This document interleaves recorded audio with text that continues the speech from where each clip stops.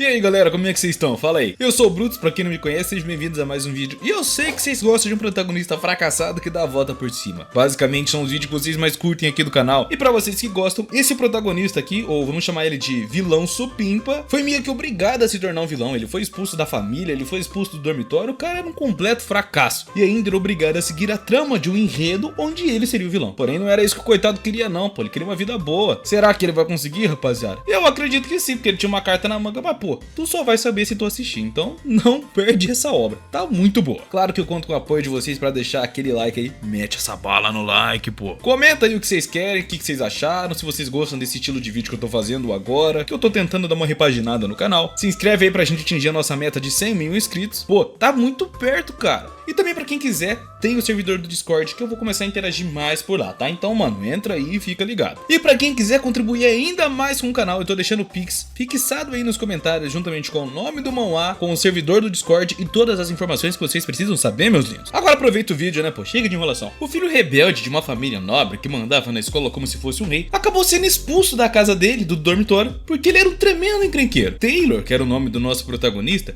foi despejado com todas as suas tralhas. Os outros alunos, que morriam de medo dele, do tirano, agora estavam completamente aliviados por não precisar encarar a sua cara feia no próximo semestre. Ele foi pego colando no vestibular e, bom, cá entre nós, não deu muito bom pra ele não. Comenta aí, cara, você já colou na prova? Se colou, cara, tu tá errado, hein? Mas agora Taylor, o temido tirano, virou protagonista de um jogo chamado O Espadachim Fracassado, onde ele começa com um personagem insignificante e acaba no corpo de um vilão da terceira categoria, expulso do dormitório logo no começo do game. Revoltado com a situação, Taylor grita que tudo isso era uma grande injustiça, dizendo que sempre teve uma vida simples e ambiciosa, mas os alunos próximos chamavam ele de mentiroso, e o espadachim fracassado fica sentado em silêncio esperando que todo mundo saísse dali. No meio das suas coisas ele encontra um espelho que mostra suas estatísticas. Rapaziada, será que o nosso povo brasileiro viu o espelho dessa maneira? Mesmo estudando numa academia de magia, o intelecto do protagonista era de dar dó e a sua resistência era horrível. Nada surpreendentemente para um vilão de terceira categoria que parecia ter levado uma surra da vida. O cara tá parecendo até eu, só que eu não sou vilão, só tomei uma surra mesmo. No jogo, nos pós-créditos, era mostrado que o destino daquele vilão era simplesmente virar um mendigo perambulando pelas ruas. Isso deixa o prota muito triste porque ele sabia que estava no corpo desse mendigo e, bom, esse era o seu rumo, né? Sem saber por que ele estava nesse corpo, ele estava determinado a montar esse destino. E a escola que fica no Monte Arim era praticamente uma cidade, de tão grande que era. Para evitar os olhares curiosos dos outros estudantes, o protagonista se escondia no meio da floresta. Ele demorou um pouco para até chegar lá e entender a sua situação atual. Apesar de ele ter sido expulso da casa e do dormitório, ele ainda não tinha sido expulso da própria escola, o que era crucial, já que Sylvania era uma academia da primeira linha, e pelo menos uma chance ele ainda tinha. Se formar lá garantia um futuro brilhante, e como o jogo se passa nessa academia, o protagonista poderia usar o seu conhecimento dos eventos futuros a seu favor. Talvez assim ele conseguisse mudar esse destino ridículo do coitado. Afinal, um prota fracassadão não dá não, né, rapaziada? O seu objetivo era se formar, mas a mensalidade do colégio era muito alta, e sem o apoio da família, rapaziada,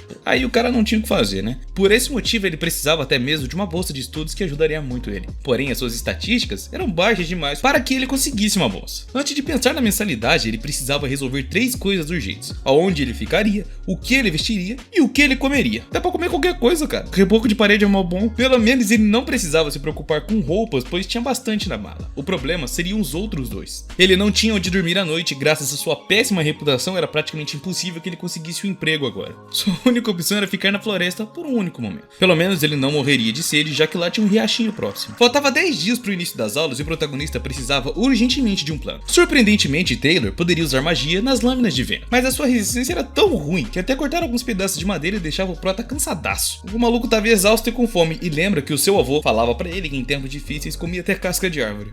Não foi raspa de parede, mas foi próximo. Ele acende uma fogueira com magia e usa o cálice como panela para esquentar a madeira. De perto parecia peito de frango, mas ao comer, ele vomita logo em seguida. Coitado, cara. Depois de um dia sem comer e 2 dias vomitando, finalmente caiu na telha do protagonista que a madeira só dava pra construir uma casinha mesmo. O primeiro passo era reunir 4 suportes para a cabana, mas fazer isso sozinho era praticamente impossível. Ele acaba caindo devido ao peso da madeira, porém usa toda a sua força para levantá-la e amarrá-la rapidamente. Mesmo achando desperdício, o protagonista usa suas roupas para cobrir o chão e depois de um dia inteiro, ele finalmente consegue terminar a cabana improvisada. Uma mensagem em um sistema aparece parabenizando o protagonista pela criação de uma casinha básica. Completamente cansado, o mendigão comenta que o sistema de criação estava muito satisfeito. Bom, pelo menos alguém tem que estar satisfeito nessa história, né, prota? Ele sempre viveu como um cara ricão, então então talvez ele não soubesse que tinha mais talento com as mãos do que com magia. E falar isso em voz alta é muito esquisito. Para ajudar na caça, ele fabrica um arpão simples e tenta pegar alguns peixes no lago. A sua determinação é a única coisa que mantinha o coitado em pé. Depois de vários dias sem comer, o prota finalmente pegou 2 peixes e fritou ele com a sua magia de ignição. Mas na hora de provar o saborzinho da sua refeição, ele percebe que alguém estava se aproximando. Era a princesa, uma dos personagens principais dessa história. Taylor foi um vilão que usou seu status de rei para dar em cima da amiga de infância do protagonista. Porém, acabou levando uma surra bizarra. Rapaziada, pra vocês que não estão entendendo, ele é o nosso protagonista, mas não é o protagonista da história dele. Tem alguns outros protagonistas, como vocês viram, que é essa garota aí, mas ele não é. Ele até tentou trapacear no vestibular do protagonista, mas foi pego em flagrante pela princesa, que tinha uma habilidade especial para detectar mentiras e conspirações. Em um estado lamentável, o protagonista tentou até inventar umas mentirinhas, porém foi desmascarado por completo. Agora ele encontra a pior pessoa no pior momento. O coitado tava bom no seu momentinho ali de se alimentar, pô. A princesa se aproxima perguntando ao protagonista por que ele ainda não tinha sido expulso, ao que ele responde que ele foi expulso apenas dos dormitórios, mas ele ainda era um aluno da academia. A princesa não perde tempo e manda ele sair da sua frente de imediato, pois não suportava gente sem vergonha e asquerosa como ele na escola. Ela continua insultando o mendigo de todas as maneiras possíveis e passa tanto tempo nisso que o peixe do protagonista, que levou 3 dias pra ser pego, acaba queimando. Pô, cara, você não colabora com o maluco mesmo, velho. E ele é que é o vilão. Olha o passado do vilão aí. Mesmo preocupado com o peixe, a garota na frente dele era um problema muito maior, pois ela realmente conseguiria fazer a cabeça das pessoas no alto escalão para mandar o protagonista embora da escola. Ele menciona que o sol estava se pondo e pergunta por que uma princesa, geralmente protegida por tantos soldados, estava ali andando sozinha em uma floresta isolada. Ela pensa que ele estava tentando ameaçá-la e se prepara para o combate. No entanto, o nosso protagonista se ajoelha e diz que estava agradecendo a ela. Obviamente, a garota nem acredita, mas a sua habilidade de detectar mentiras percebe que ele estava realmente falando a real. Lembrando de uma história da família do protagonista que usou seu nome e influência para conduzir experimentos humanos em busca de uma vida eterna, mas acabou que eles foram capturados e expulsos. O prota foi rejeitado, mas qualquer conexão com a família foi cortada. Ele pode morrer de fome ou frio, mas não seria judiado por conta do passado da sua família. Conversando com a princesa, todas as suas palavras deveriam ser verdadeiras, pois se ele fosse pego mentindo, era o fim do jogo, ou melhor, da sua vida, né? O cara já tava na pindaíba, pô, o que pode ficar pior, né? Analisando então a linha do tempo, o protagonista conseguiu concluir que esta princesa estava sozinha, vestida de uma maneira simples e andando na floresta por causa de um teste de nivelamento de classe no jogo. Esta era uma missão definida pelo professor Glass para encontrar pérolas mágicas escondidas na floresta. O protagonista comenta que o professor pode ser um pouco cruel e, sabendo que a nobre princesa Fônia estava tentando entrar no melhor da turma, ele diz que no sul da floresta, sob uma árvore gigante, tinha um pequeno presente que ele deixou por lá. Quando a princesa chega lá, ela encontra uma pequena pérola mágica. Quando conheceu o prota, ele era um mentiroso e charlatão, um cara bizarro, aqueles que ficam mentindo pra caramba. Mas agora, ele estava realmente falando a verdade, que surpreende a garota. No dia seguinte, na aula, o teste de nivelamento finalmente termina e o professor instrui os alunos a mostrarem as pérolas que conseguiram. Alguns alunos com olhares brilhantes mostravam o que encontraram, mas todos foram colocados na classe F. Glass explica que aqueles que encontram pérolas com baixo poder mágico eram os únicos que conseguiriam alcançar a classe A. Apenas 3 deles conseguiram, que era o lobo selvagem, Laurel e a ruiva. A pessoa que encontrou a pérola na árvore guardiã, que tinha um poder mágico extraordinariamente alto, colocando essa pessoa no topo da turma. Bom, vocês já imaginam quem é, né? Enquanto isso, nosso protagonista teve seu almoço queimado e agora nem tinha forças para usar uma lança, improvisando até uma vara de pescar. Na história do jogo, desde jovem, a princesa desenvolveu uma habilidade inata que não permitiria que ninguém mentisse pra ela. Por isso, o prota não teve escolha a não ser falar a verdade, pô. Coitado, ficou sem nenhuma opção. Sem almoço e sem opção. O cara tá na pindaíba mesmo. A razão pela qual a princesa orgulhosa foi chamada de Princesa do Amor foi porque ela falhou no teste de nivelamento e caiu para a classe F. Se a princesa conseguisse alcançar a classe A, então as informações que tinha do jogo seriam muito inúteis. Nesse momento, o 1 finalmente nos revela quem foi promovido ao primeiro lugar da classe, e não foi a princesa, mas sim a maga sonolenta, Lucy Merrill. Embora soubesse que o protagonista estava dizendo a verdade sobre a pérola, a princesa não passou no teste porque escondeu a sua identidade. Envergonhada com o tratamento especial que receberia, ela decidiu provar para si mesma que poderia fazer tudo sozinha, por isso nem sequer levou a pérola que ganhou entre aspas do protagonista. O título de Princesa do Amor que ela receberá no futuro não era um atributo ou habilidade, era algo adquirido trabalhando em um caminho justo. Mesmo que o protagonista tenha provocado ela, sabia que a princesa não aceitaria o presente. Pensando nisso, Taylor finalmente pega um peixe depois de algumas horas. Será que agora o coitadinho vai poder papar, mano? O nosso futuro mendigão tem que começar a correr cedo para chegar na escola a tempo. Mas no futuro, cada gota de suor e esforço investido na academia valeria a pena sim. A cerimônia de abertura finalmente começa e os alunos podem saborear a comida enquanto ouvem o discurso. O protagonista ouvia até alguns sussurros e murmúrios de algumas pessoas falando mal do coitado, mas nada disso estava importando para ele, pois finalmente ele poderia desfrutar de uma boa refeição.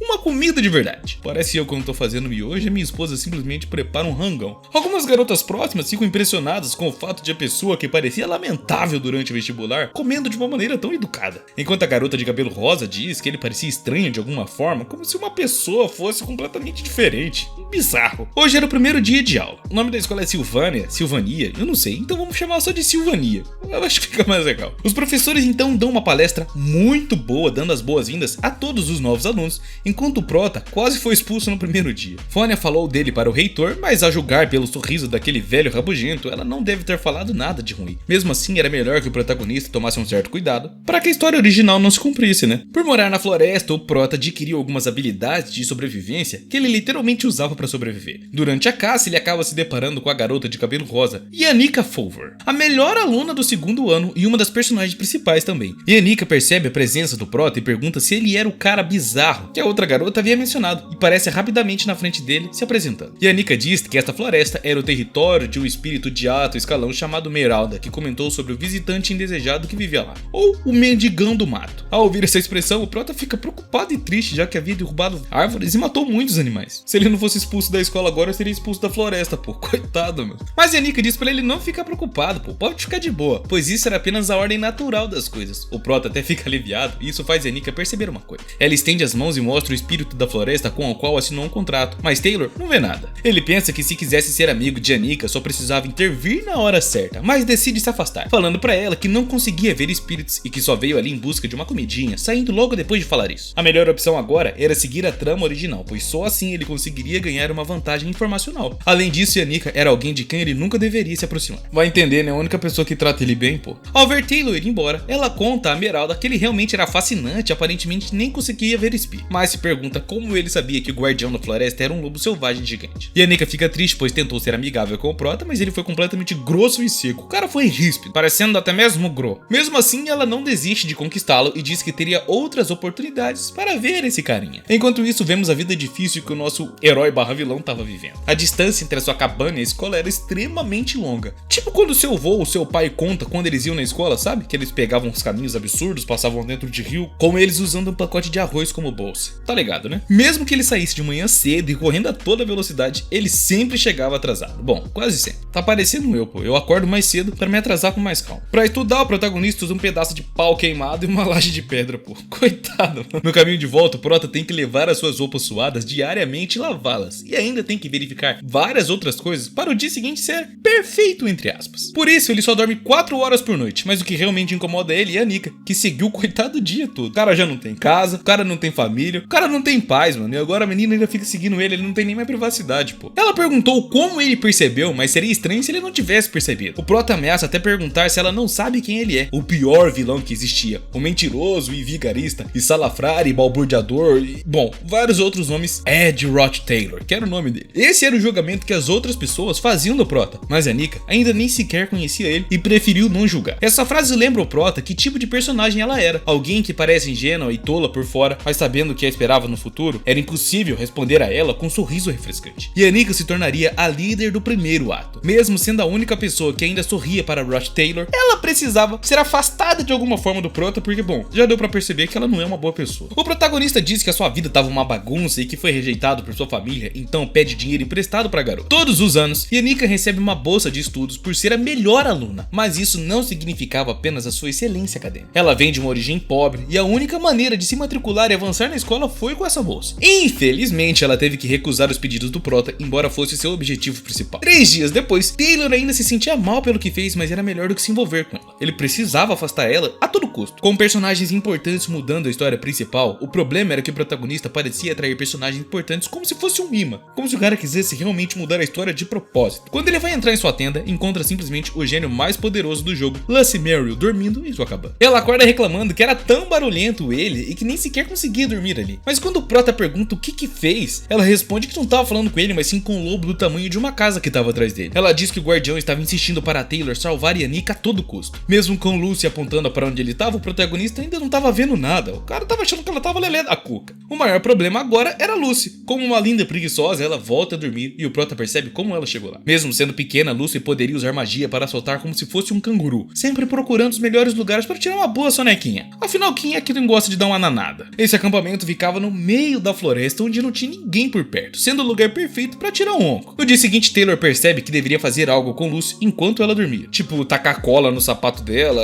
pintar a cara dela com batom e outras coisas. A garota estava lançando feitiços avançados e flutuando, que era perigoso para a história original. O prota monta uma armadilha de corda para pegar pequenos carnívoros, mas Lucy desativa a armadilha e leva a carne seca para comer. Ele sabia que não conseguia ganhar da garota no fight, né? Mas tinha uma estratégia. Ele comenta que as empregadas do castelo estavam procurando pela garota. Ao ver isso, Lucy imediatamente diz que tinha alguma coisa urgente para fazer e foge. Lucy odiava as empregadas do dormitório que cuidavam dela como mães, e graças a essa informação, o prota finalmente se livra de outro personagem principal que poderia alterar a trama. Quando saiu pra floresta com o machado na mão, o protagonista achou que o fato de Lucy ter ficado no acampamento por 2 dias não mudaria nada na história original, porém ele percebeu que estava errado. Alguns dias depois, ele observou que a missão conjunta de um treinamento de combate é literalmente uma simulação de exercício de combate que visa reduzir a letalidade. Os lutadores usavam armas falsas e os magos usavam uma magia elemental basiquinha. Acima de tudo, naquela classe, todos os personagens importantes aparecem, desde a princesa Fônia até a preguiçosa Lucy. Mesmo assim, o personagem mais importante nesse evento é o protagonista, que coincidentemente também se chamava Taylor. Não é o nosso prota, tá? É o prota Dennis. Para diferenciar um pouco então, vamos chamar o nosso protagonista de vilão fracassado. Então bora lá. A próxima luta era do vilão fracassado, e Taylor já sabia que todos do primeiro ano iriam ganhar as lutas e acabou não prestando muita atenção. A única coisa que ele tinha que prestar atenção era a Yannicka, que estava vindo falar com ele de novo. Ela fica impressionada que mesmo depois de ver aquela pessoa patética pedindo dinheiro, ainda conseguia ficar extremamente entusiasmada como um cachorrinho. Ela mostra a lista de lutas, mas o protagonista, quer dizer, o vilão fracassado, obviamente não estava interessado. Yannicka pergunta se ele não queria saber contra quem iria lutar, mas nesse momento ele experimenta o verdadeiro terror. Neste ponto da história, Edward Taylor já havia sido expulso e não participava do torneio, e as coisas ficam ainda pior quando ele finalmente descobre quem será o seu oponente, simplesmente a princesa Fônia. Que nomezinho feio, hein? Fônia? O Megafone anuncia que a próxima luta era do vilãozão supimpa, e isso deixa ele extremamente animado para ver o confronto. Neste momento não importava muito contra quem Taylor vai lutar. Embora ele tenha vivido como um vilãozão supimpa por muito tempo, o jogo tem milhares de finais, todos muito difíceis. Taylor torce para que o fracassado vencesse e conseguisse o melhor final que conseguisse possível. O problema é que o seu oponente, a Lucy Merrill, ainda não havia aparecido, deixando ele um tanto quanto preocupado. Felizmente ele percebe que ela estava tirando uma bela sonequinha lá no pódio reserva e vai até lá dizendo para ela finalmente ir pra luta, pois se a luta fosse cancelada por causa da preguiça dela, isso seria um grande problema para a história, pois era a primeira vez que o vilãozão supimpa impunha uma espada na história original. Embora ele tenha nascido para ser um espadachim, ele nunca nem sequer havia pegado numa espada. Peraí, isso aí ficou esquisito. Durante esta luta, o fracassado deveria cortar a magia de Lucy e se aproximar rapidamente, surpreendendo ela com toda a sua velocidade. E ela usaria a magia elétrica de nível intermediário, sendo desclassificada e fazendo com que o vilãozão supimpa fosse o primeiro a derrotá-lo. Porém, o que acontece é o totalmente oposto. Com apenas um feitiço, Lucy joga o prota para fora do ringue, deixando ele gravemente machucado. A história dele é de alguém que supera as expectativas dos outros, mesmo que todos tenham tirado conclusões precipitadas sobre a sua partida. O vilãozão supimpa consegue se levantar e enfrentar as adversidades como o original. Eu tô chamando ele de vilãozão supimpa porque eu gostei. Me lembrei de uma frase do Otis. E se você não sabe de que Otis que eu tô falando, bom, se liga.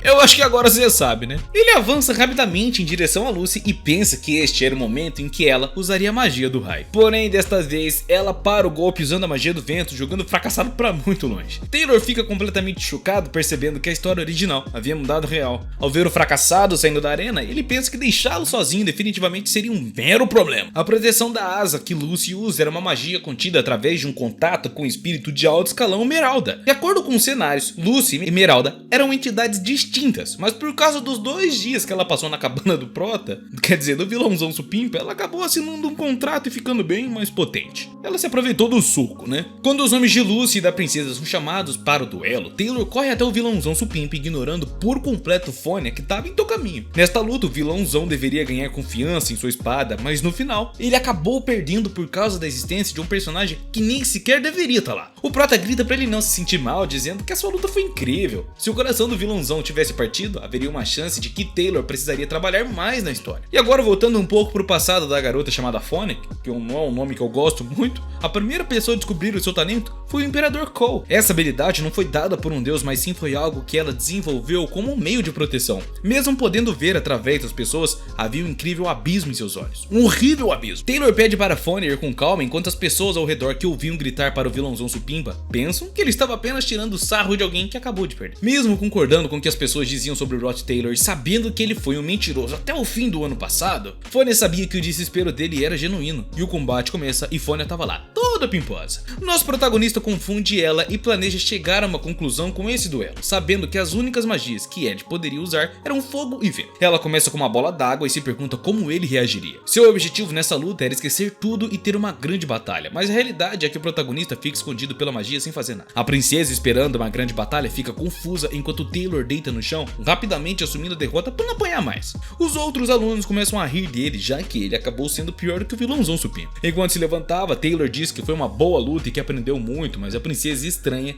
que desde que ele pisou no palco, nunca fez contato visual em nenhum momento, e ele nunca se interessou pelo duelo. Enquanto corre pelos corredores, entendemos que o protagonista perdeu de propósito. Ele simplesmente tentou agir como se fosse um mero figurante, não agindo como protagonista. O mais importante agora era descobrir para onde é que foi o fracassado, já que se o protagonista do mundo desistisse agora, a sua vida como um vagabundo rico iria descarrilhar. Tadinho, eu vou parar de chamar ele de vilão, ele tá sendo mais um coitado mesmo, pô. Vilão é o nosso prota. Antes que ele pudesse encontrá-lo, é parado pela princesa que o seguiu correndo. Ela estava chateada porque ele nem sequer tentou vencer o duelo. A cabeça dela já estava envolvida em muitos problemas e ele era só mais um desses problemas em sua vida. Quando Taylor percebe que ela já tinha muita frustração reprimida, ele se aproxima dizendo pra ela tomar uma calminha, pô, que não tinha necessidade de ficar tão nervosa assim. Quando ela finalmente recupera o seu juízo, ela fica muito envergonhada com as coisas que acabou falando e pede pro prota esquecer. O mendigo aproveita pra pegar a estrada, mas ela continua falando sobre como foi viver em um palácio todo esse tempo e decide fazer uma última pergunta para Taylor. Ela questiona se ele sabe sobre o lado negro de Rod Taylor e a razão pela qual ele incomodou o supimpa, dizendo que ele precisava ser expulso da família. Embora ela esteja quase totalmente errada, sua dedução estava correta sobre a família de Rod Taylor. O protagonista diz que não tinha ideia do que ela estava falando, pois ainda era muito cedo para ficar investigando e julgando. Isso só deixa a princesa boladaça, já que logicamente nem fazia sentido para ele estar torcendo pelo fracassado quando tentou expulsá-lo um tempo atrás. O nosso protagonista decide então simplesmente ignorar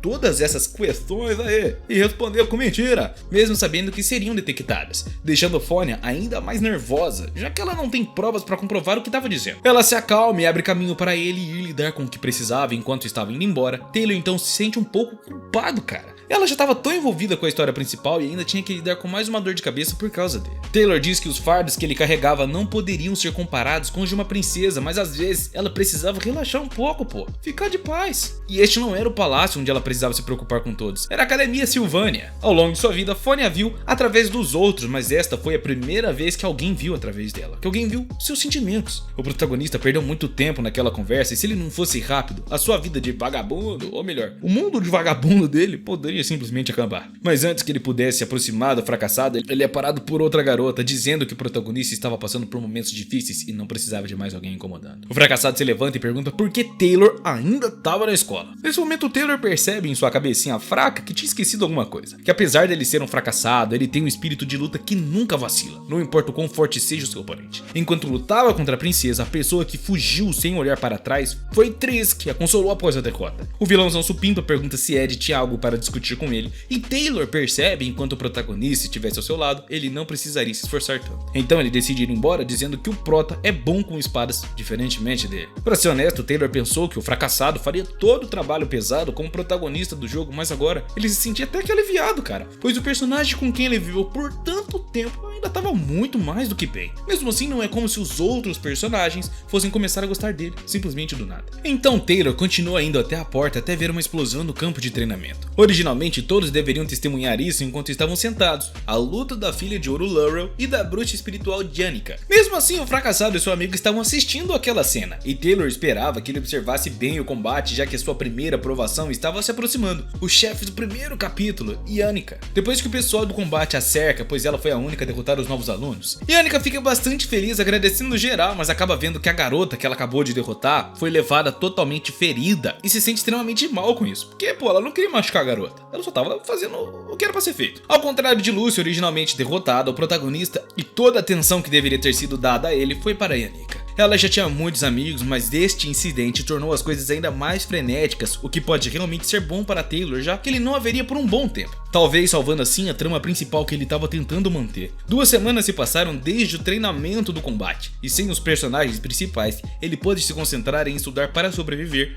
e até mesmo as suas estatísticas, que eram horríveis agora, melhoravam bastante, cara. Mas ainda assim era muito cedo para que o nosso carinha conseguisse relaxar e ficar tranquilo, pô. Nesse momento, Yannick aparece naquela floresta completamente envergonhada ao ver o prota. Bom, o cara tava quase peladaço, pô. Taylor diz que a culpa é dela por ter aparecido assim do nada, enquanto ele tava sentado perto de uma lareira, relaxadão. E ele pergunta por que ela continuava voltando lá todas as vezes. E Annika diz que era confortável como uma base ultra secreta e que gostaria de pedir alguns conselhos ao prota. O mesmo intrigado pergunta que conselhos ela poderia querer de alguém como ele, pô. Ele é um cara que tá morando na floresta, que não tem família e que é odiado por todo mundo. Que conselho pode vir desse cara, pô? E Annika diz que provavelmente ele nem sequer tinha visto, já que saiu antes da batalha terminar, porém ela acabou machucando alguém. Na verdade, Taylor sabe que o seu oponente usou um feitiço proibido de nível intermediário. Porém, isso não importa porque é bondosa e Annika, que ainda acreditava que pode ter exagerado. Ela pergunta se deveria pedir desculpas, embora os seus amigos aconselhassem a não fazer isso, dizendo que foi o seu oponente quem começou a briga, mas Taylor é diferente, e diz ela pra fazer o que o seu coração tava mandando. Se o coração tava falando que era pra pedir desculpa, ela nem deveria estar perdendo tempo ali com ele. E Annika era uma aluna muito adorável e alegre do 2º ano, e todo mundo gostava dela justamente por isso. Se ela tivesse alguma autocrítica, as pessoas sempre estariam do lado dela e a encorajariam. Mas Annika sabe que mesmo que alguém estivesse sempre a protegendo, isso não apaga os erros que foram cometidos como ela esperava, e nunca fica incondicionalmente ao seu lado. Taylor diz que não pode fazer nada se ela estiver ofendida, mas na realidade é o total oposto. Ela não se ofendeu nem um pouco com isso, e por mais inocente que Annika parecesse, ela realmente entendia as pessoas muito bem. Quando o prota pediu dinheiro, ela entendeu que ele estava indiretamente dizendo pra ela não se aproximar muito. Mas era precisamente o lado de Ed que estranhamente a deixava confortável por estar muito perto dele, pô. Será que ela queria ficar perto do cara fracassado pra ficar se sentindo melhor? Elevar o seu ego? Sei lá, tipo, ainda bem que eu não sou esse cara.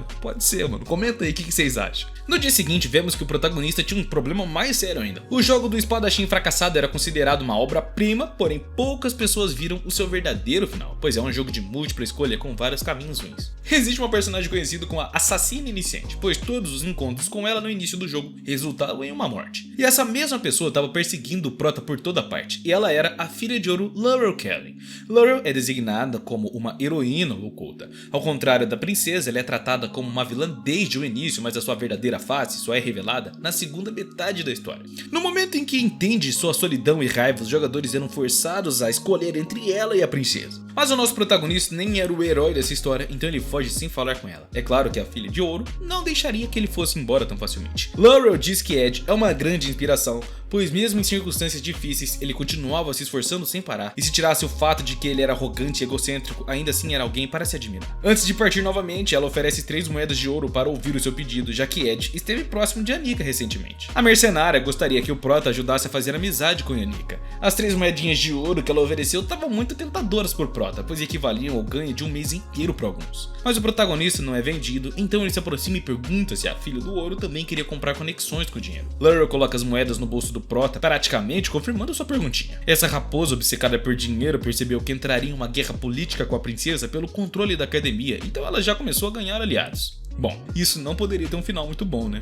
Taylor então oferece um meio aperto de mão e Laurel pensa que conseguiu comprar Ed. Para pessoas que foram ricas durante toda a vida, um momento de pobreza é suficiente para esmagar os seus corações e deixar a sua cabeça louca e desesperada. Mas são exatamente essas pequenas moedas que levam suas vidas à ruína. Afinal, né, o cara fez basicamente um contrato com, bom, alguém que ele não deveria ter feito. Atacar os desempregados deveria ser muito fácil e simples, ou pelo menos assim deveria ter sido. Porém, o protagonista devolve as 3 moedas de ouro, ganhando a atenção de Laurel. Claro que ela não estava nada feliz com isso. Se ele tivesse pegado as moedas, a sua vida teria sido um pouco mais fácil, mas as desvantagens de ser pego entre a destruidora novata e a bela chefe eram muito mais assustadores para ele, pô. Naquela noite, Laurel não se sentiu humilhada pela óbvia rejeição de Ed. Após a conversa, ela analisou os prós e os contras, e como uma empresária perfeita, ela não perderia nenhuma oportunidade ao seu alcance. Na verdade, seu plano era transformar Yannick em uma de suas aliadas. Laurel pede desculpas pelo ocorrido no combate conjunto, e Yannick pergunta como estava o seu ferimento, já que ela ainda se sentia mal. A mercenária pensa em manipulá-la usando a sua culpa, mas surpreendida por Yannika perguntando como foi a conversa dela com Taylor, mesmo depois de dizer que não se deveria falar sobre a vida pessoal dos outros, os espíritos eram muito fofoqueiros e acabavam ouvindo a maioria das conversas no norte da floresta, então isso era praticamente inevitável. Yannika se aproxima dizendo que a sinceridade não pode ser comprada com uma graninha e prefere até uma abordagem de Taylor naquele sentido. De qualquer forma, ela vai para o seu quarto dizendo que ainda tinha muito trabalho a fazer e pede desculpinhas por ter machucado outra garota durante o treinamento de combate e que na realidade não foi por mal.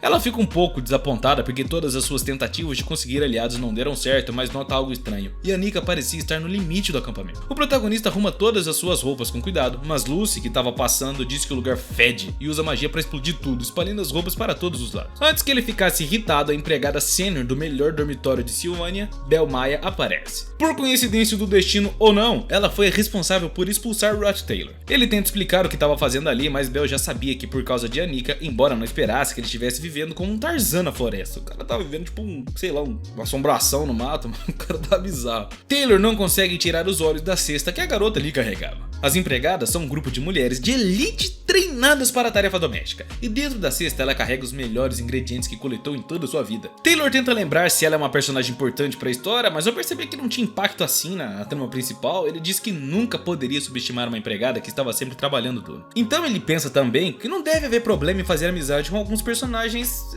secundários, né pô? Ele não pode fazer amizade com ninguém? Que vida triste. Depois de um tempo de conversa, ele consegue informações sobre várias frutas e cogumelos comestíveis. Duas dessas receitas também foram concluídas e para relaxar um pouco, ele começa a aquecer o chá no cálice. Sua magia de fogo e lâmina de vento atingiram o nível 10 de tanto que ele estava usando. O chá finalmente ficou pronto e ele pôde desfrutar então de um lindo pôr do sol enquanto bebia um chazinho. Taylor sente que estava começando a se divertir com tudo isso, até que uma coisa cai do céu, explodindo seu acampamento. Ele é jogado para trás enquanto Lucy diz que algo quase a matou. O protagonista fica confuso já que ela é uma das pessoas mais poderosas de todo mundo, mas a pessoa que ameaçou sua vida foi Bel Maia. Claro, tudo isso não foi à toa. Lucy faltou a aula novamente, então Bel estava apenas fazendo o seu trabalho e disciplinando a coitada. Quando Lucy percebeu que ia levar uma surra, ela se teletransportou para o mais longe possível. Ela saiu, sebo nas canelas. Taylor já estava bravo com Lucy por destruir a sua cabana e dá um tapa na cabeça dela, dizendo que ela estragou tudo, cara. Mas percebe que o tapa doeu mais do que deveria. Lucy diz que por causa do teletransporte a sua magia foi drenada, então ele aproveita a oportunidade para se vingar dela. Cansada de viver como farrapo, Taylor vai para a biblioteca em busca de um conhecimento para construir uma cabana real, cara. Uma casa de verdade, um lugarzinho para poder relaxar, onde ninguém vai achar que é só um cafofo de, sei lá, mano, cabana de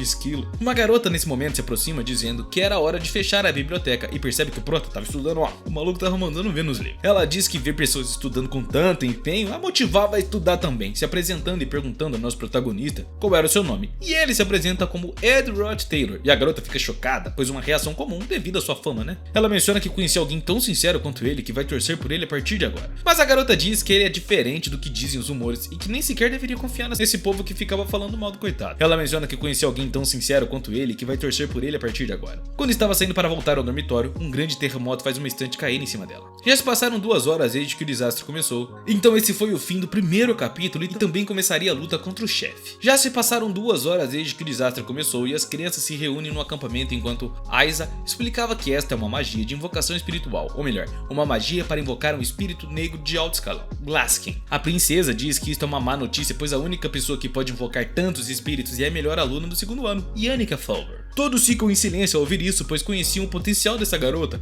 O único que dá um passo à frente nesse momento e se dispõe a impedi-la é o vilãozão supremo. Ele diz que, portanto, os espíritos não podem sair da barreira, mas estavam sozinhos a lidar com isso. Álvera sugere que todos se reunissem e unissem as suas forças para derrotar o espírito de alto nível. Porém, os covardes nem sequer concordavam. A rapaziada tava quase melando a zorba, pô. Pior ainda que existiam 2 tipos de espíritos de alto nível lá. Triss se pergunta se ela fez tudo isso sozinha, porque manifestar e controlar vários espíritos de alto nível ao mesmo tempo era muito difícil. Aiza diz que provavelmente este é o poder de Volzer que controla os espíritos malignos. Shia diz que conversar não vai ajudar em nada e eles tinham que agir e quem iria decidir o que fazer a seguir era a princesa Fone. Quando todos esperam a sua decisão, ela se lembra das palavras do protagonista e decide enfrentá-los em 1 hora, mas apenas os melhores alunos de cada ano poderiam ir. Outro aluno vem com um relatório dizendo que o Hall de Aldrey e o armazém de poções estavam protestando e provavelmente não entrariam na briga. De repente o aluno chega dizendo que um aprendiz de bibliotecário e um aluno do 2º ano estavam presos na biblioteca. biblioteca. Uma estante tinha caído. Fônia pergunta os nomes e descobre que o nome da garota era ela. Assim que ouve o nome da sua amiga antiga de infância, corre em sua direção à biblioteca para resgatá-la. Mas Lurry e a princesa dizem que a biblioteca é muito longe e precisavam da força dela agora. A princesa pergunta quem é outra aluna, mas a garota hesita em falar, deixando Shio irritada. Ao ouvir o nome de Ed Rod Taylor, a expressão de Shio muda. A garota diz que ele ficou até tarde na biblioteca e não teve coragem de mandá-lo embora, então pediu para ela fazer isso. Todos sabem que tipo de pessoa Rod Taylor era e deixando Shio ainda mais chateado, ela continuou falando. Mas Fônia precisava dele no ataque e pede para ele ter um pouco de fé em Ed Rod Taylor. Todos ficam paralisados ao ouvirem isso vindo da garota, já que ele era um tipo de pessoa que a galera, bom, não costumava acreditar não. O cara era conhecido como um vilão, fazia mal pra todo mundo, era mentiroso. Mas também, né, o protagonista tem uma reputação tão ruim que mesmo que a princesa usasse todas as palavras do mundo pra convencer a galera ali, não seria o suficiente. Então Shio sai em busca de seu amigo. Alguns espíritos de nível médio tentam bloqueá-lo, mas ele o derrota com facilidade. Cheio de ódio, pensando que se o protagonista fizesse algo com a sua amiga, ele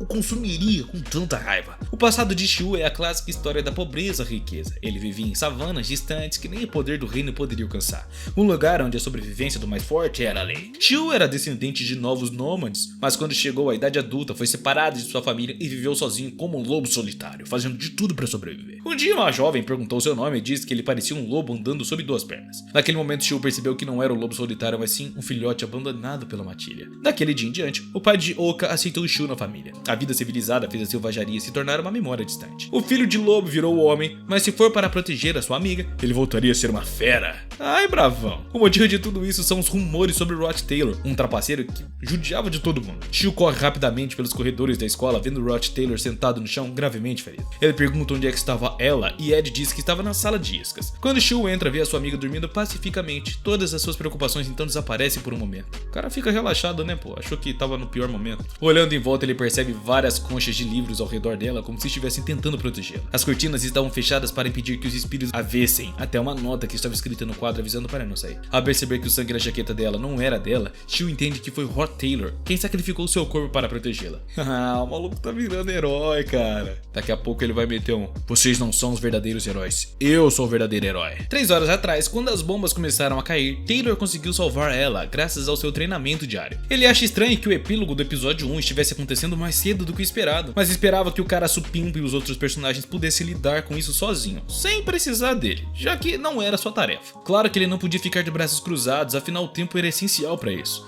Então ele começa a construir uma barricada ao redor de ela para protegê-la dos espíritos. Nesse momento ele percebe que algo especial sobre os poderes de Anika era o seu forte domínio espiritual. Compreender e se conectar espiritualmente era algo que Taylor não podia fazer, pois ele não via espíritos. Mas como todos os espíritos convocados por Anika eram materializados, esta poderia ser a sua única oportunidade, a oportunidade perfeita para aumentar a sua experiência. Após a batalha, suas habilidades de magia espiritual aumentaram de uma forma até que considerável, mas ainda não eram suficiente para garantir um contrato com o espírito. Nesse momento, Shio aparece carregando ela, perguntando o que é que ele estava fazendo ali. O prota simplesmente responde que estava treinando, mas obviamente Shio não acredita. Agora ele entendia que tipo de pessoa Rod Taylor era, agradecendo por salvar a sua amiga e prometendo pagar essa dívida a qualquer custo, já que se não fosse pelo protagonista, a garota tinha ido de vala, A amizade entre ela e Shio não teve muita importância na história principal, então acabou meio que ficando de lado. Mesmo assim, Shio era amigo do vilãozão supimpa que confiou nele do começo ao fim. No final da história, ele provavelmente saiu correndo do centro estudantil, mas agora que confirmou a segurança de sua amiga, precisava voltar à batalha e ajudar Taylor. Shio estava um pouco confuso com o nosso protagonista pedindo para ele ajudar Taylor e pergunta por que ele considerava tanto isso. Ed então explica que não é uma questão de consideração, mas que o cara tem uma habilidade de corte elemental e a única que pode prejudicar aquele monstro era essa habilidade. Shio agradece pelo conselho e sai, e o protagonista pensa que agora que Shio recebeu um conselho, a história deveria se desenrolar como deveria realmente no original. Mas o fato de Shio ainda não ser o melhor amigo do vilãozão supimpa era muito estranho. No original, o protagonista aprende o movimento elemental treinando com Shio, mas com o final do primeiro ato aconteceu muito cedo, não houve chance dessa cena acontecer. Isso também significa que sem o corte elemental, ninguém naquele grupo seria capaz de dar dano naquele monstro. Por causa desse erro, toda a trama original estava comprometida. No centro estudantil, Shio pede desculpas pelo atraso e diz que pagaria por todos os seus erros, mas a princesa diz que mesmo se ele estivesse lá, teriam perdido de qualquer maneira. Todos estavam extremamente feridos desde desde que a primeira tentativa falhou. O guarda diz que se quiserem invadir novamente, teriam que esperar por reforços e Fonya estava muito preocupada com o que aconteceria, mas felizmente conseguiram recuar da batalha. A guarda dela é a melhor aluna do primeiro ano, que ficaram feridas e agora ela nem sabia se teria uma saída ou não. Nesse momento de desespero, alguém chega dizendo que não deveriam perder tempo indo atrás de Tarkin. A julgar pelo processo do ritual de invocação, ele seria completado em breve. A melhor escolha agora era dividir o time em dois. Mexer com a história principal era a última coisa que Taylor queria fazer, mas agora ele não teve escolha. Ele precisava mexer nisso ou tudo ruiria. Sius pergunta se ele estava fazendo algum tipo de piada, mas Shio, que agora estava no time de Taylor, manda ele calar a boca. O protagonista diz que precisavam passar pelo espírito de fogo Tarkin. O problema é que Tarkin tem uma defesa impenetrável, então o plano é que um grupo atraísse a sua atenção, enquanto o outro pudesse passar para subjugar Yannicka. Laro diz que é uma péssima ideia isso aí, já que só conseguiria escapar por pura sorte. Se o grupo que chama atenção falhasse, as coisas poderiam acabar de uma vez por todas. Mas Taylor diz que só deveriam avaliar o risco se houvesse outra opção. Então Laurel diz que o verdadeiro problema é quem fará parte do grupo de atração, pois é praticamente uma missão suicida. Bom, o fracassado, sendo um bom protagonista que gosta de se colocar em perigo, diz que quer ir, mas Taylor recusa, dizendo que ele seria necessário no combate, no mano a mano. Na verdade, eles estavam vendo tudo errado. O grupo de atração não iria morrer, e eles também não precisavam ser divididos de uma forma igual. Não precisava. Só ele e Sius e Laurel eram suficientes para atrair Tarkin. Os dois, obviamente, não queriam participar disso, principalmente Sius, que odiava Rod Taylor por causa da sua reputação.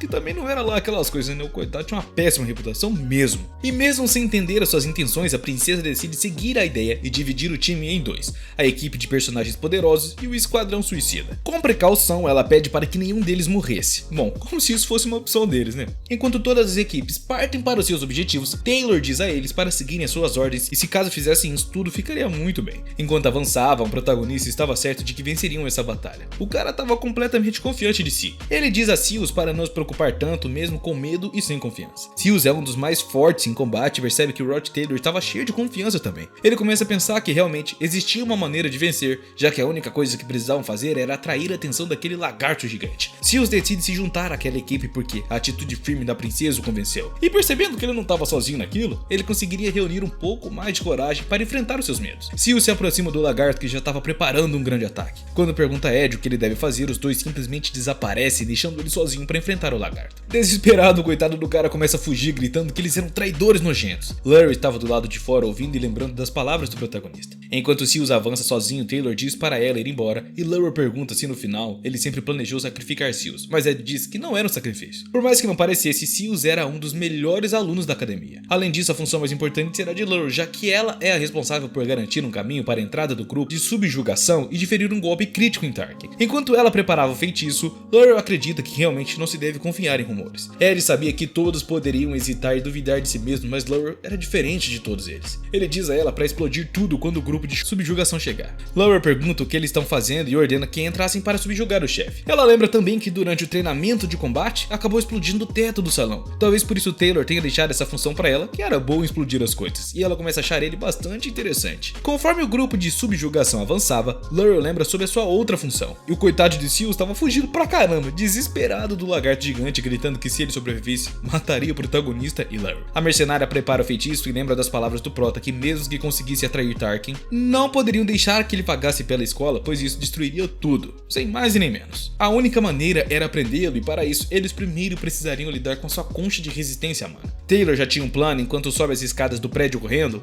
e Larry diz que ele estava certo e que sem o corte elemental é impossível para que qualquer um da equipe conseguisse derrotar Tarkin. Chegando na varanda do castelo, Taylor sabe que precisava de um enorme poder de fogo para derrotar Tarkin, e ficou claro quem é que iria fazer isso, né, pô? Enquanto ele segura Lucy, Taylor estava realmente irritado, se perguntando como ela pôde dormir naquele caos todo. A garota só sabe dormir, pô. Graças à destruição do abrigo, ela não tinha onde nanar, então voltou pro local onde costumava tirar uma sonequinha. Provavelmente a irritação de Belle é a estratégia para tirar Lucy de cena, fazendo ela gastar toda a sua mana e adormecer. A bruxinha acaba acordando depois de um tempo, sentindo um cheiro de carne seca. Taylor apenas joga a comida que estava na sacolinha em sua boca e se prepara para jogá-la no lagarto gigante. Graças aos exercícios que faz sobrevivendo na selva, sua força agora era o suficiente para arremessar Lucy. Lucy voa em alta velocidade em direção a Tarkin como se fosse uma bomba, explodindo e liberando todo o seu poder de uma única vez. O protagonista é quase arrastado arrastado pelo impacto, mas permanece firme, olhando para o lagarto, que já que este era o momento mais importante. Tarkin era o espírito de fogo de alto nível, com uma carapaça capaz de resistir a qualquer coisa mesmo. Mas depois de ser atingido pela magia poderosa de Lucy, a sua carapaça se quebra. Sabendo que agora os seus ataques podem causar dano, Taylor decide aproveitar a oportunidade para ganhar o máximo de experiência possível, planejando dar o golpe final. Mas antes disso, voltamos para a história de Annika, que por causa dos seus talentos, ela sempre recebeu muito amor de sua mãe, que tinha orgulho de ter ela como filha. Na escola, esse amor e orgulho continuaram, pois as pessoas sempre confiavam nela para literalmente tudo. A pressão para atender às expectativas pesava sobre os ombros de Annika desde o início de sua vida. Vendo que todos estavam lá, ela pensa em cumprimentá-los com um sorriso, como sempre, mas quem realmente estava controlando as suas ações era o demônio gigante atrás dela. Percebendo que a luta principal já deveria até mesmo ter começado, o protagonista decide deixar isso para outros e continuar com seu objetivo. Ela diz a Laurel que seria ótimo se Lucy tivesse matado o lagarto, porém agora não importava, já que eles mesmos iriam acabar com isso. Laurel pergunta como é que fariam isso, já que ela lançou 2 feitiços de gelo que não teve nenhum efeito. A melhor maneira de matar aquele lagarto era cortando ele, e com a magia de gelo de Laurel não era adequada para cortes, Taylor era quem precisaria fazer isso. Laurel sugere deixar isso para Seals, mas muda de ideia ao olhar para o cara. Taylor assume a responsabilidade de matar o lagarto e só queria que Laurel conseguisse parar os seus movimentos por um único momento. Enquanto avançava, ele disse que estava apostando a sua vida nela, mas pediu para que ela considerasse isso um investimento e não uma aposta. Enquanto preparava o feitiço, Laurel diz que gosta mais dele do que da princesa,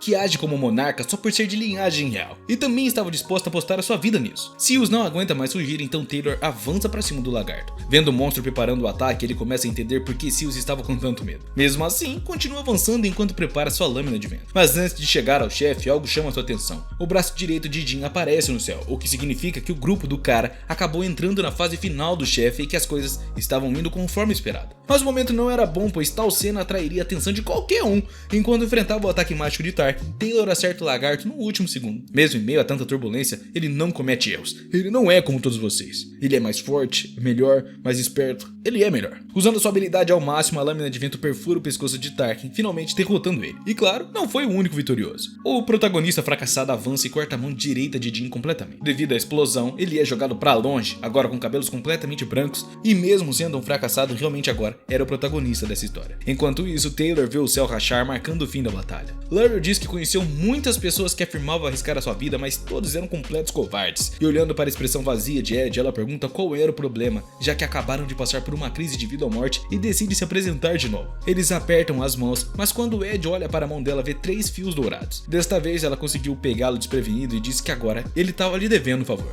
Taylor diz que estava preocupado se ela realmente vai manter contato, já que ele não quer se envolver, e quem falaria com ele era o protagonista fracassado. Mesmo não gostando de Rod Taylor, uma dívida era uma dívida e ele agradece por salvá-los. Seals, agora com raiva, diz para ele não mostrar respeito por alguém como Taylor, já que quase morreu por causa da sua traição, mas todos mandam ele calar a porcaria da boca. A princesa também agradece, dizendo que pode recomendá-lo ao conselho estudantil, mas Taylor diz que não tinha necessidade, pois foi Lucy quem realmente ajudou a derrotar Tarkin, e o protagonista fracassado que derrotou o Glaskin. A alquimista pergunta se ele estava jogando fora os créditos por vergonha, mas Tia diz para ele ser mais respeitosa com seus mais velhos. Vendo esta cena, o protagonista fica feliz, pois consegue ver todos os personagens principais juntos ali em sua frente, sem que pudesse estar atrapalhando a trama principal. Cada um ali estava desempenhando seu papel naquele modo. O protagonista fica mais forte a cada aprovação, o seu amigo de infância se fortalece ao seu lado, e a princesa aceita o seu destino como monarca e amadurece lentamente. Chewie encontra o seu próprio caminho na civilização, e Seals ganha mais autoconfiança, enquanto Alvera percebe que a vida não era só diversão não. Todos tinham seus próprios papéis a desempenhar, e no final todos receberam um troféu chamado sucesso. Sabendo disso, o prota dá um passo para trás e vai procurar algo que não pode ser visto durante o jogo. No palco onde aconteceu o confronto, há um armário onde Lucy costumava se esconder durante todos os exercícios. Taylor sempre sentiu que havia algo errado com isso, então precisava ir para lá para confirmar. Nos bastidores, quem estava escondido dentro do armário após o confronto era Yannica, e ele se lembrava da conversa que teve com Laurel. Na última vez que ela conversou com Yannica, conseguiu ver um pouco no quarto dela. Em cada canto havia lindos presentes simbolizando a sinceridade e gratidão das pessoas. O problema é que eram tantos que não havia espaço para colocar um livro naquela mesa enorme. A parede estava cheia de adesivos e bilhetes, pesando sobre ela como pedras. A solução era simples: guardar inúmeros presentes e retirar os adesivos da parede. Mas Yannica ficou obcecado com a ideia de que precisava honrar a boa vontade e a sinceridade que recebeu, e aproveitou essa escuridão e conseguiu controlá-la. Devido à derrota do protagonista para Lucy e ela sendo vista como heroína, essa parte da história acelerou mais do que realmente deveria. O motivo da derrota do cara foi o contrato de Lucy com Meralda, o que só aconteceu porque ela foi tirar uma soneca em uma cabana na floresta floresta construída por um cara que nem sequer deveria estar na escola. E Annika tenta parecer relaxada e diz que dentro daquela caixa é mais aconchegante do que esperava. Ela certamente não esperava que Taylor a encontrasse tão rapidamente, e agora estava prestes a chorar. O protagonista se lembra do pedido do lobo para salvar Annika, pois talvez Esmeralda tivesse pedido para ele fazer isso porque ele foi a única pessoa a se distanciar dela. No final, a sua tentativa de fazer um contrato com o espírito de alto nível falhou,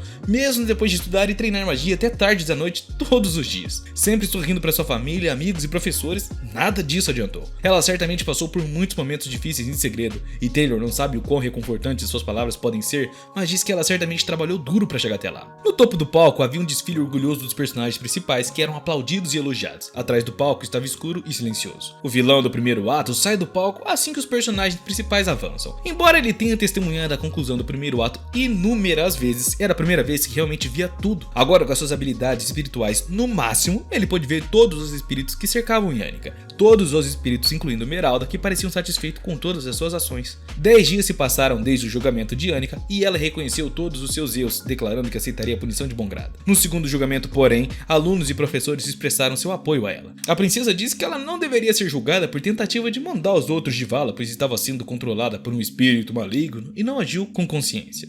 Leo apareceu para resolver os danos sofridos, fazendo com que a associação comercial compensasse integralmente a restauração da academia. Claro, isso não foi de graça, já que ela conseguiu um contrato que aumentou as taxas de encomenda de material escolar. O resultado de tudo isso foi que a expulsão de Annika foi revogada. Todos ficaram extremamente felizes e os seus amigos prepararam um grande chá de comemoração para ela. E Annika ainda parecia um pouco desanimada, mas os seus amigos evitaram falar sobre qualquer coisa relacionada ao incidente e tentaram não incomodar a coitada. O problema é que quando os dois vão conversar com Annika, ela pergunta qual é a diferença entre gostar e amar. Ambos ficam surpresos perguntando por que ela gostava disso e de repente, Annika responde que uma amiga tem sonhos recorrentes de uma noite cavalgando em um cavalo branco. E os dois se casam e vivem felizes para sempre. Anis pergunta o que essa amiga disse e Annika responde que quando olhava em qualquer canto da sala conseguia ver o rosto da pessoa em sua mente. Percebendo a situação, Anis foge o mais rápido possível deixando o amigo para trás. Ela sabia que precisava abordar isso devagar para não ferir o coração da sua amiga extremamente delicada e também para que outras pessoas não descobrissem esse amor secreto. Anis decide dizer que gostar ou amar alguém é um sentimento confuso e que este não é o melhor momento para ser honesto com as suas emoções. Além disso, era melhor lidar com esses assuntos com delicadeza, pois não seria bom para sua reputação se as outras pessoas descobrissem. E Annika agradece o conselho e diz que precisava voltar ao salão principal para relatar a sua suspensão. Sua amiga consegue relaxar completamente, pois evitou a explosão de uma bomba, né? E o nosso prota, que economizou dinheiro incansavelmente, conseguiu gastar um pouco devido à suspensão das taxas e comprou um kit de ferramentas. Ao voltar para o acampamento, ele encontra Annika, e mesmo tendo evitado ela durante todo esse tempo, agora que o primeiro ato acabou,